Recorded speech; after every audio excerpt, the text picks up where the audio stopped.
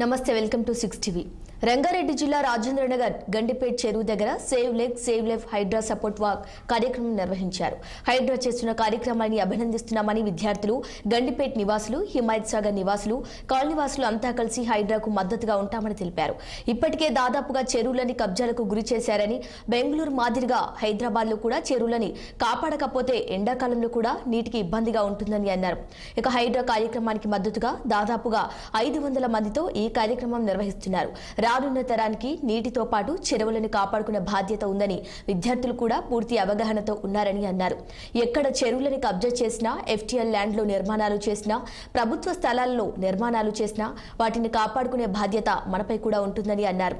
ఎక్కడ ఏం జరిగినా హైడ్రాకు ఫిర్యాదు చేయాలని కోరారు.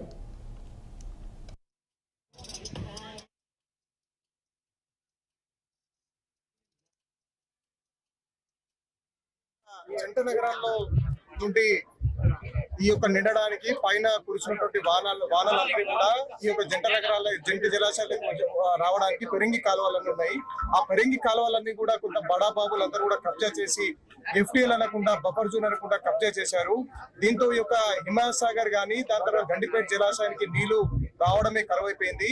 ఎప్పుడైతే ఫ్లడ్స్ వచ్చాయో అంటే లాస్ట్ ఒక 5 years బ్యాక్ భయంకరమైనటువంటి వర్షాలు వచ్చినప్పటికీ కూడా ఈ యొక్క పెరింగి నాలలన్నీ కూడా మొత్తం కూడా నిండిపోయి దాని తర్వాత ఎఫ్టీఎల్ లో బఫర్ జోన్ లో కబ్జా చేసినటువంటి ఆ ఒక ఫామ్ హౌస్ లకు కానీ దాని తర్వాత అక్కడ నిర్మాణం చేసినటువంటి నిర్మాణాలకు కూడా నీళ్లు రావడం జరిగింది. అయినప్పటికీ కూడా ఈ యొక్క గండిపేట దాని తర్వాత హిమాయత్ సాగర్ జలాశయం మొత్తం కూడా ఈ యొక్క మట్టితో పూడిక తీసి దాని తర్వాత మట్టితో నింపి అక్కడ అక్రమ నిర్మాణాలు చేపట్టారు. దాన్ని పట్టించుకునే నాదుడు లేడు. కానీ ఇప్పుడు ముఖ్యమంత్రి రేవంత్ రెడ్డి వచ్చిన తర్వాత హైడ్రా అని చెప్పేసి ఒక కమిటీ వేయడం జరిగింది.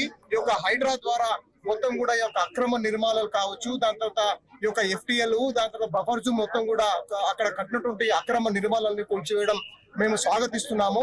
ఎక్కడ కూడా ఈ యొక్క అక్రమ నిర్మాణాలు జరగకూడదు. దాని తర్వాత ఈ యొక్క జలాశయాలు ఎవరైతే ఎఫ్టీఎల్ గానీ బఫర్ జోన్ గానీ కబ్జా చేస్తున్నారో వారిపై కఠిన చర్యలు తీసుకుంటారు.